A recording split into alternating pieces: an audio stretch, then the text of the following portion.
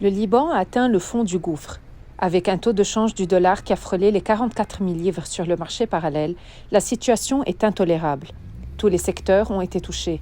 Les propriétaires des stations de service ont annoncé la grève, au même titre que les distributeurs de gaz et les boulangers. Le système de santé est en plein déclin et le pouvoir d'achat s'amoindrit. Dans quelques mois, nous risquons de voir des expulsions en groupe.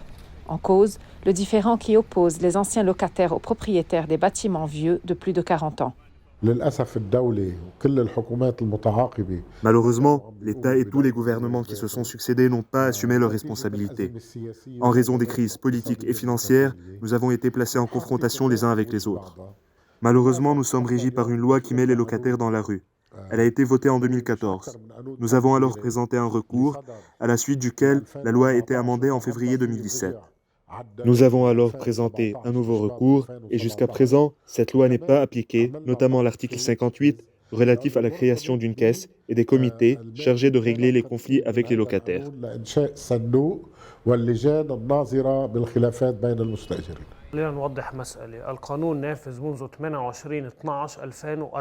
Soyons clairs, la loi est entrée en vigueur le 28 décembre 2014. C'est une loi avec un programme qui accorde aux propriétaires et aux locataires une période de grâce de 9 ans. Nous avons entamé la 9e année, donc les locataires qui ne bénéficient pas de la caisse de soutien ont un délai qui expire à la fin de l'année en cours. Ceux qui profitent des prestations de cette caisse bénéficieront de 3 années supplémentaires, c'est-à-dire jusqu'à la fin de 2026. C'est une question essentielle que les locataires et propriétaires doivent savoir. La caisse a été créée par un décret. Ce n'est pas une caisse dans le sens d'un coffre, mais c'est un compte dans lequel le gouvernement dépose de l'argent. Dans le budget de 2022, la somme de 25 milliards de livres a été allouée pour soutenir ce compte. Entre le droit au logement consacré dans la Constitution et les droits des propriétaires des bâtiments, le différend qui oppose ces derniers aux anciens locataires ressemble à un feuilleton sans fin. Le comité de défense des droits des locataires soulève cette question depuis longtemps.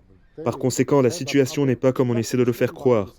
Ces gesticulations auxquelles ont recours certains courtiers qui affirment que la durée de 9 ans finira en mai ne sont pas fondées. À l'ombre de la crise économique que nous traversons, les gens sont expulsés après que le loyer arrive à expiration au bout d'1 ou de 3 ans, à moins de le régler en dollars frais.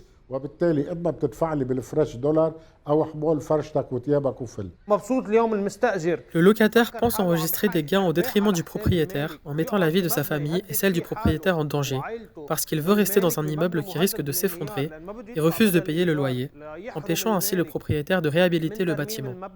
Il y a une culture de cupidité et d'avidité. Ceux qui défendent ces rumeurs sont des personnes cupides qui lèsent les droits des propriétaires depuis 40 ans. Comment le propriétaire va-t-il tenir le coup jusqu'à la fin de l'année, lorsque dans la majorité des cas, la valeur des loyers varie entre 20 000 livres et 25 000 livres libanaises, soit moins d'un demi-dollar? Les revendications font l'unanimité. Il y a un besoin d'une loi qui soit équitable pour les deux parties. Et la responsabilité retombe sur les gouvernements qui se sont succédés au pouvoir. Il faut trouver des solutions aux droits des gens. Nous faisons face à un problème qui nécessite des solutions globales et non partielles. Les protestations contre la loi sur le loyer sont devenues vaines, à l'instar des communiqués publiés par les deux parties. Nous faisons face à une nouvelle étape, placée sous le signe de l'exode et des grosses pertes. ما بتركوا للديب ولا بعير مفتاحه